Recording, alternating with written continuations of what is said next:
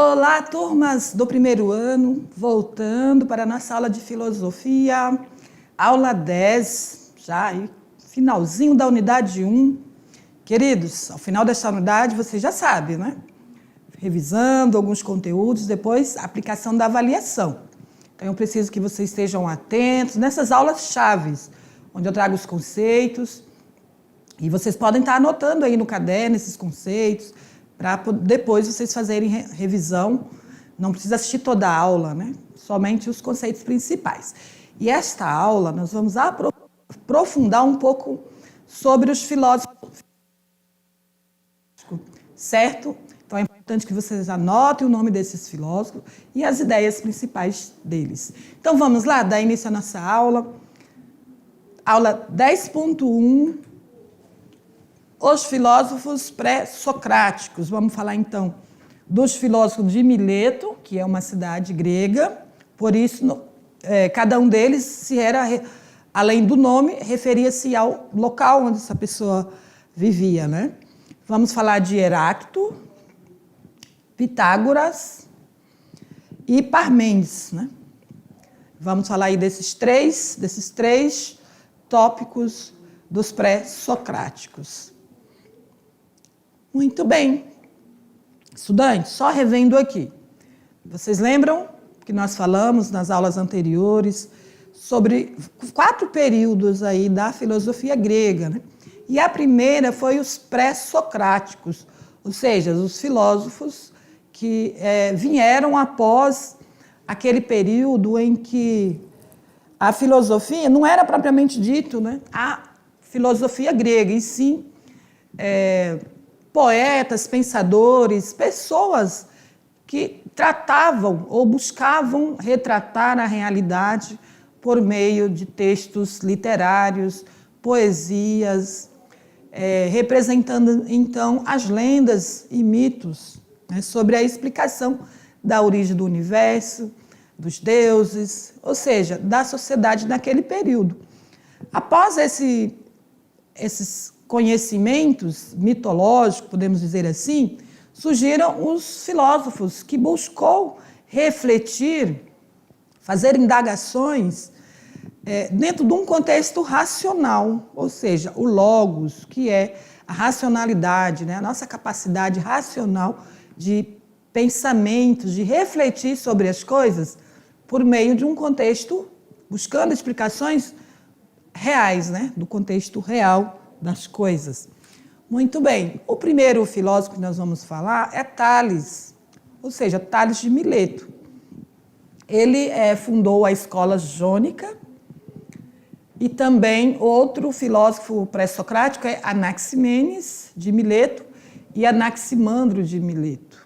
São filósofos que surgiu ali no século VII, que foi o início da filosofia physis. Lembram? Na aula anterior falamos sobre a physis, que é a primeira, né, a forma de explicar as coisas, a origem das coisas, né, pela physis ou física. Hoje, na atualidade, é física, né?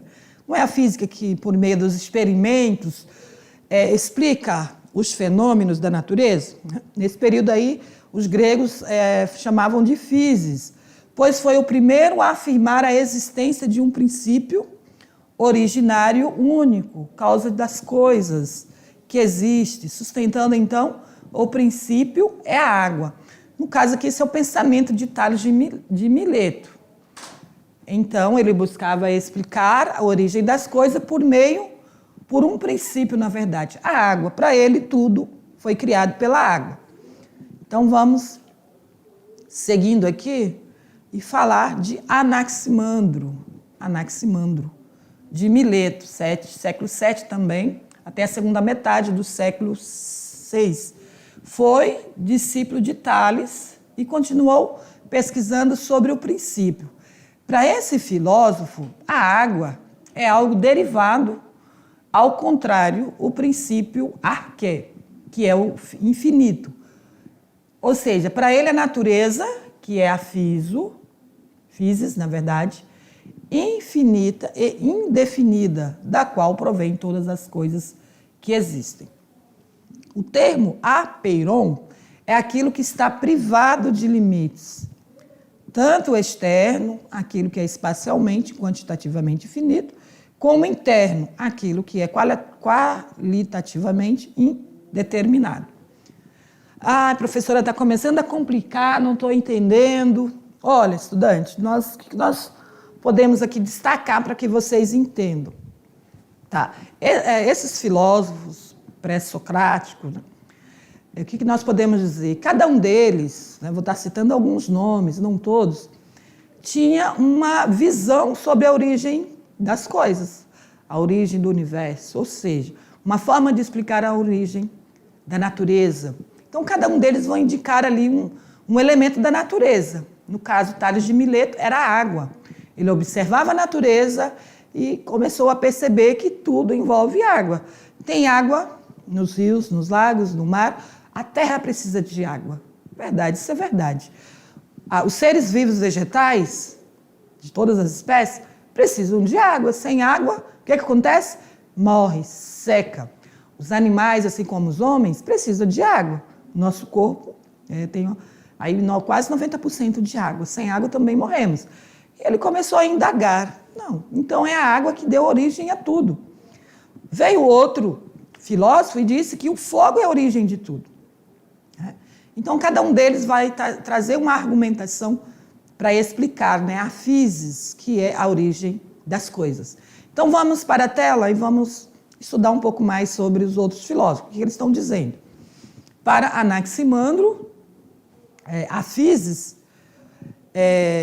para ele, né, que a água já é algo derivado, ou seja, não é a água que dá origem às coisas, né? Ele já trouxe um outro termo, apeiron, que é aquilo que está privado de limites, tanto externo como interno. Vamos para o próximo conceito, Heráclito. Para ele, tudo flui.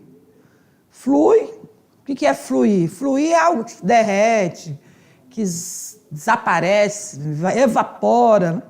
Então, vamos ver o conceito de Heráclito. Para ele já é um filósofo que depois ele ficou entre ali 544 a 484 a.C., né? Ele nasceu em Éfeso, na Jônia. Para ele, o dinamismo das coisas pode ser explicado pelo fogo. Olha, ele já tem uma outra ideia sobre a origem das coisas, né? É o fogo. A expressão visível de instabilidade, símbolo da eterna agitação do devir. O fogo eterno e vivo, que ora se acende e ora se apaga. Então, para Heráclito, o fogo é o elemento primordial ali para o dinamismo de todas as coisas. Ele não rejeitava as contradições e queria aprender a realidade em sua mudança, no seu devir. Para Heráclito, todas as coisas mudam sem cessar. E o que temos diante de nós, em dado momento, é diferente do que foi há pouco e do que será depois. Aí trouxe aqui um exemplo, por exemplo, né? Nunca nos banhamos 2 vezes no mesmo rio, pois a segunda vez já não é a mesma água, né? E também já não somos os mesmos, e também as águas mudaram. Então, esse é o princípio de Heráclito, né? Que as coisas, ora é e logo também depois não é mais. O ser é múltiplo, por estar constituído de oposições internas. O que mantém o fluxo do movimento, o movimento lembra que é o arqué, né? Não é o simples surgimento de novos seres, mas a luta dos contrários. É da luta que nasce a harmonia, como síntese dos contrários. Então, são termos aqui bem conflitantes, né? Porém, estudante, vocês não se preocupem, que não tem necessidade que vocês entendam todas essas ideias, esses pontos de vistas desses filósofos, tá? Nós precisamos conhecer, entender cada um deles tinha uma visão aí em relação ao homem e à natureza, à existência do universo. Porém, não eram explicações científicas, eram explicações filosóficas, subjetivas. É claro que eles observavam, né, faziam observações empíricas do seu redor, né, do seu cotidiano, do seu entorno, e buscavam explicar. Porém, essas explicações, essas indagações, elas fazem sentido, sim, em um dado momento, mas não é a resposta para tudo. Seguindo, vamos falar de Pitágoras. Os pitagóricos, o número e a harmonia.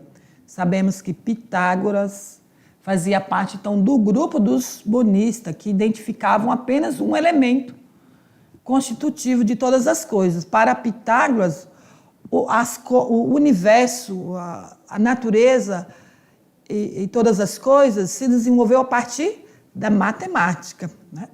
Lembram? Vocês estudam o Teorema de Pitágoras, né? Lá em matemática.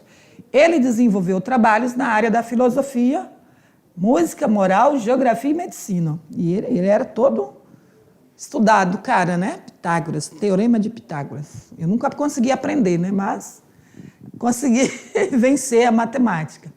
Então, vamos ver as ideias de Pitágoras aqui.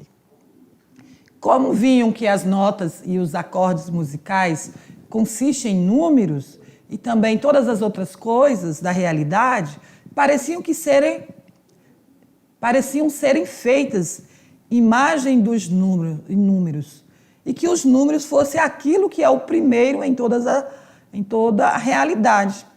Pensaram que o elemento do número fosse elemento de todas as coisas e que todo o universo fosse harmonia e número. Bem, estudante, podemos parar um pouquinho e refletir sobre isso. Né? Pitágoras vê, então, né, tem a percepção das coisas pela matemática. Professora, mas ele não está errado, é verdade.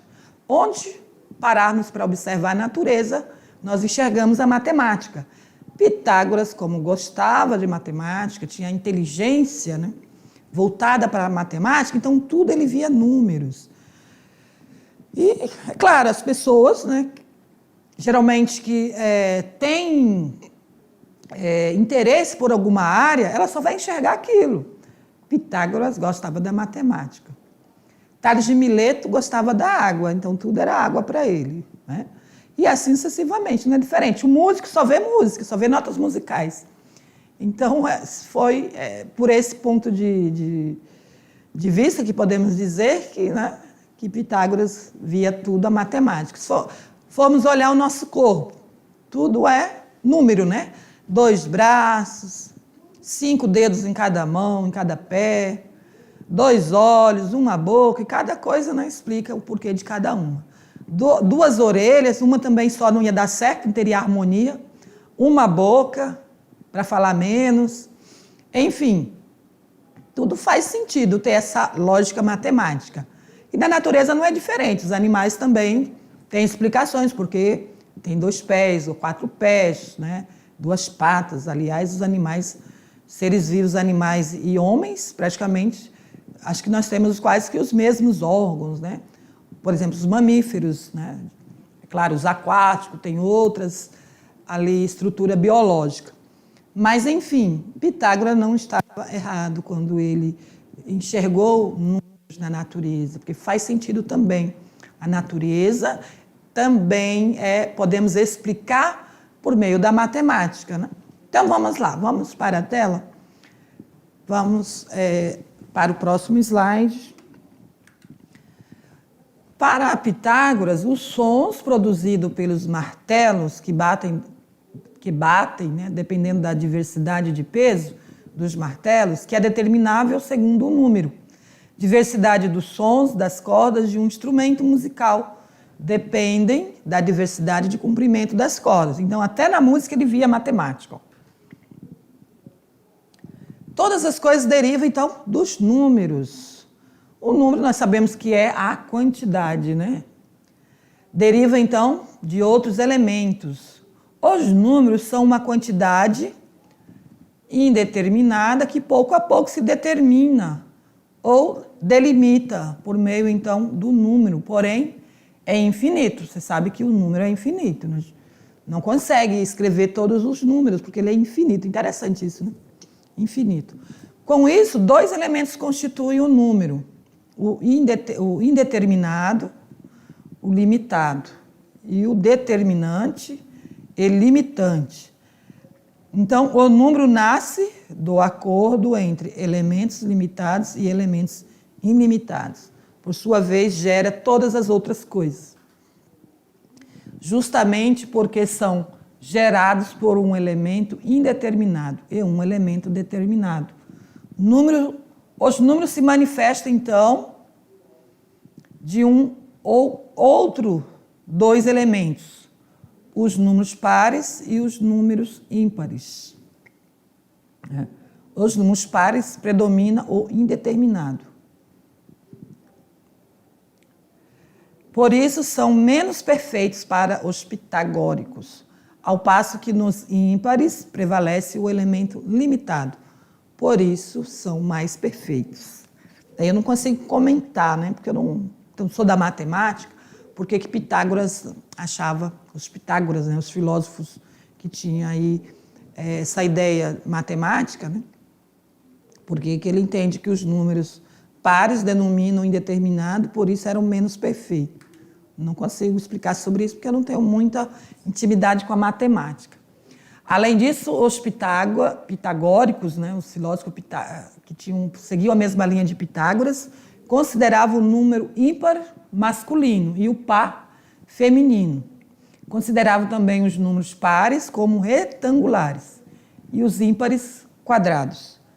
O número perfeito para Pitágoras era o 10, que é par, né? 10 é par.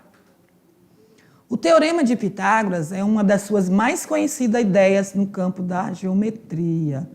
O teorema diz: em um triângulo retângulo quadrado da hipotenusa é igual à soma dos quadrados dos catetos, ou seja, A2 é igual a B2 mais C2. Então, essa teorema aí vocês estudam em matemática, então vocês têm muita afinidade, né, com a matemática, coisas que eu não tenho. No meu tempo de estudante, eu gostava muito, não vou negar. Gostava muito de matemática, porém não aprofundava muito, não saía ali do básico. Ou seja, estudava o suficiente para ter uma nota para passar, mas não aprofundava, porque matemática é estudar muito. Para nós, na atualidade, o número é apenas uma abstração mental, o ente da razão. Os antigos, até em Aristóteles, pensavam então diferente de nós, pois o número era a coisa real e até mesmo a mais real das coisas, até ser considerado o princípio constitutivo das coisas. Para esses filósofos, o número não era um aspecto que pode ser abstraído das coisas mentalmente, mas sim a própria realidade, ou seja, a physis das próprias coisas. Physis que está relacionada à origem das coisas. Queridos, então, na matemática, no campo, né, de ideia e de estudo, de conhecimento de Pitágoras, a physis para ele era o quê? A matemática que explicava a origem das coisas. Então, o que nós podemos dizer? Cada um desses filósofos tinha uma physis, né? Ele tinha interesse, formas de reflexão, de fazer reflexões por algo que ele tinha interesse, que era a physis, onde eles buscavam resposta, explicações para a origem das coisas. Estudante, vale a pena ressaltar que todas essas ideias filosóficas dos filósofos pré-socráticos, socráticos e os que vieram depois, até os atuais, né? Todas essas ideias fazem sentido, elas trazem algumas respostas para nós sobre, né, o nosso contexto social, cultural, religioso, filosófico, político, né? todas essas ideias, elas não foram descartadas. Elas trazem algo, né, alguma essência sobre algo na natureza. Mas interessante de todos eles, que muito se debruçaram a pensar, refletir, estudar, escrever, observar a natureza, escreveram sobre isso, não buscaram todas as respostas, porque nós não temos todas as respostas, né? A ciência não tem todas as respostas. Como explicar se o sistema solar, a galáxia, por exemplo, é infinita? Tem como provar se ela é infinita ou ela tem um fim? Né? Que essa área escura que nós temos, em que um planeta está flutuando, né? Os planetas, na verdade, todos os planetas, tem como garantir isso? Não tem conhecimento que defina isso. Por exemplo, nós temos identificação que há 8 planetas aqui nesse sistema solar, né, em torno da Terra. 8 ou 9 planetas, né? Acho que entrou mais um. Mas será que são só esses planetas ou existem outros mundos? A ciência não consegue provar. Por mais que há pesquisa sobre isso, há satélites que captam imagens, informações, ainda não conseguem provar. Então, como eu já disse, nós somos bebês ainda no que diz respeito ao conhecimento, porque nós não conseguimos sair além do que nós conseguimos enxergar, do que nós observamos. Nós somos limitados nesse sentido. Sabemos, temos informações científicas comprovadas, somente nas áreas exatas, nas ciências biológicas, nas ciências médicas, coisas que realmente, né, são reais, são coisas que dão resultados, né, diz respeito à medicina, doenças que realmente são tratadas por meio desses estudos, mas há muito mais o que se descobrir, o que se estudar ainda, certo? Voltando para a tela, vamos lá fechar aí sobre o pensamento de Pitágoras. Vamos ao Parmênides. Parmênides, as coisas são. Parmênides de Eleia, século V, 6 e 5 a.C., fundador da escola eleática. Parmênides entendia o equívoco das pessoas e dos demais pensadores, ou seja, era conceder demasiada importância aos dados fornecidos pelos sentidos, embora ele percebesse pela via sensorial. Sensorial, nosso tato, né? A mudança e o movimento no mundo, ele achava, então, contraditório buscar a essência, a arqué, naquilo que não é essencial. Buscar permanência naquilo que não permanece. Parmênides era bem complicado. As ideias dele é bem complexa, mas vamos aqui tentar compreender ele. Parmênides criticou, então, a filosofia heraclitiana, né, de Heráclito, que tudo flui, que o fogo, né? Heráclito acreditava que tudo era origem pelo fogo. Com o fogo, realmente tudo flui, que o fogo derrete tudo, né? Dizia ele, é absurdo e impensável afirmar que uma coisa pode ser ou não ser ao mesmo tempo ser. E ao mesmo tempo, o ser é único, imutável, infinito e imóvel. Não há como negar a existência do movimento no mundo. Segundo Parmênides, o movimento existe, porém apenas no mundo sensível. O que é o mundo sensível? Estudante, é o mundo das ideias. Sensível, o mundo que nós percebemos por meio dos órgãos do sentido. O ouvir, o sentir, o pegar, o enxergar. É a percepção pelos sentidos. E para ele é ilusório, porque é baseado na opinião. Doxa, né? Ou seja, um paradoxo. O que é um paradoxo? Uma opinião não comprovada. Em grego quer dizer doxa. E ela não é confiável. Só o mundo inteligível é verdadeiro. pois está submetido ao princípio que mais tarde Aristóteles chamou de identidade, de não contradição. O movimento era apenas uma aparência que engana os nossos sentidos.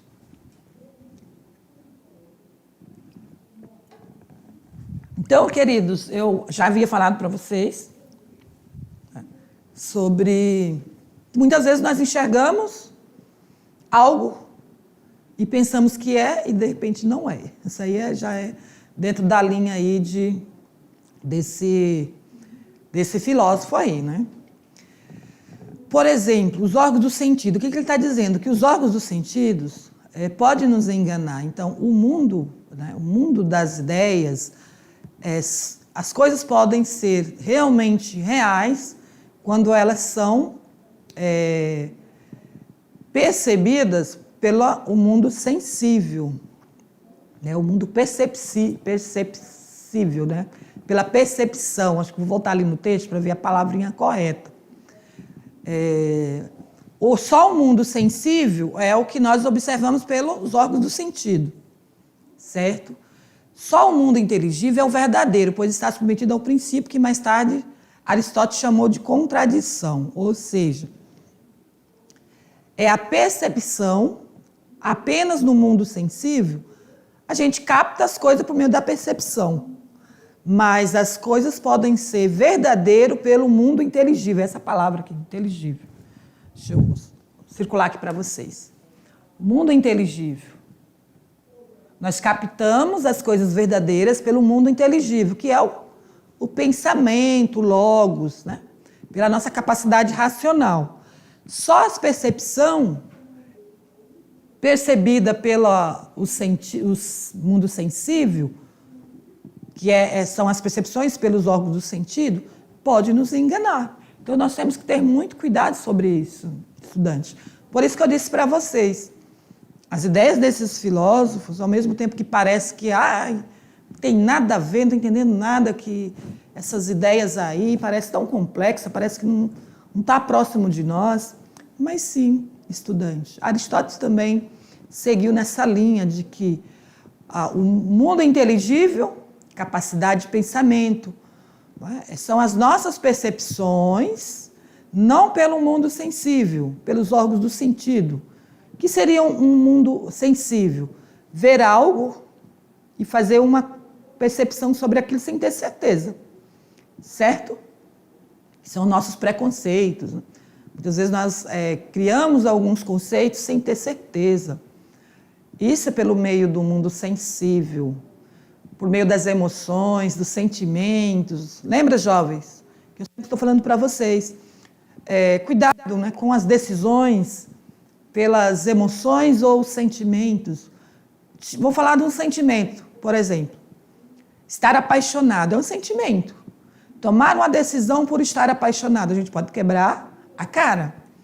Por quê? Porque na visão sensível ali daquela emoção, daquele sentimento, achar que aquela pessoa é a melhor pessoa do mundo e tomar a decisão, né, de escolher aquela pessoa, por exemplo, para ser ali a sua namorada, sua esposa, né?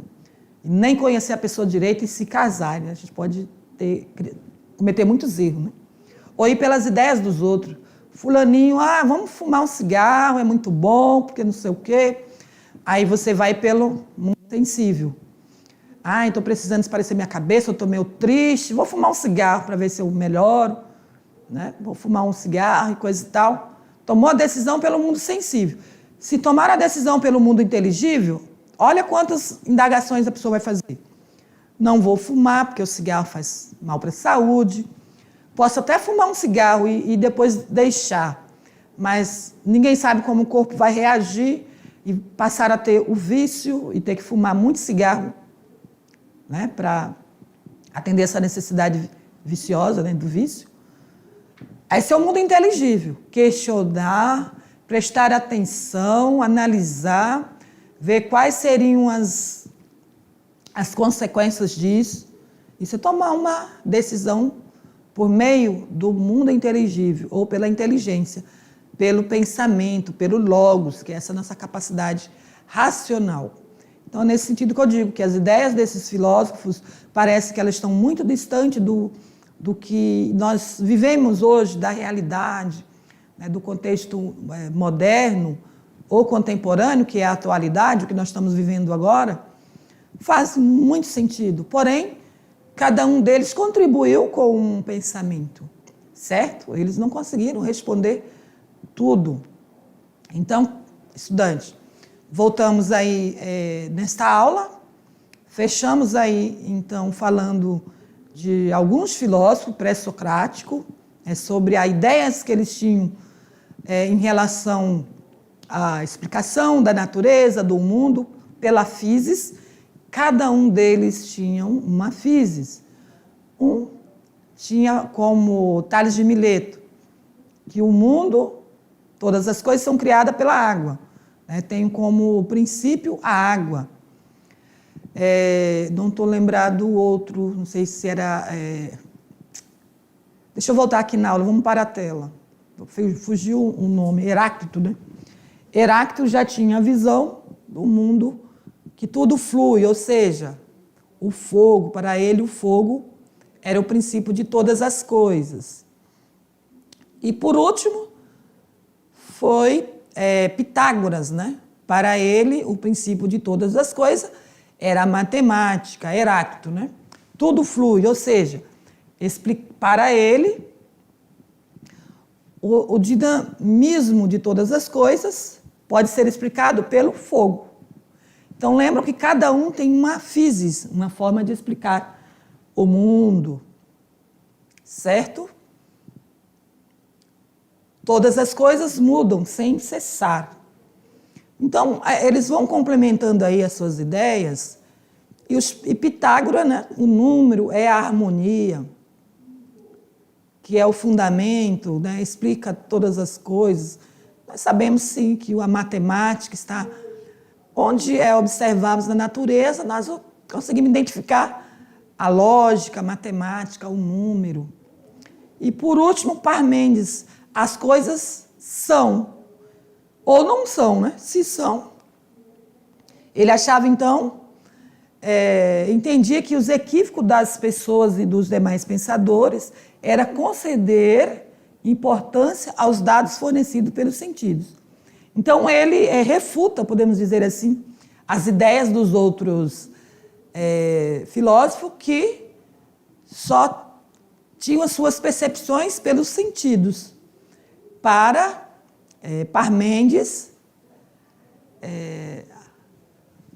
a origem das coisas são verdadeiras pelo mundo inteligível, certo? Então, ele fazia críticas aos outros filósofos. Muito bem. Então, essas são as nossas referências. Então, queridos, podemos finalizar essa aula aí com esses tópicos muito importantes. Como eu disse, vocês precisam anotar o nome desses filósofos, a ideia deles sobre a origem das coisas, o período em que eles faziam parte e as escolas, tá? Para que vocês não se percam. Façam aí, se possível, um mapa mental.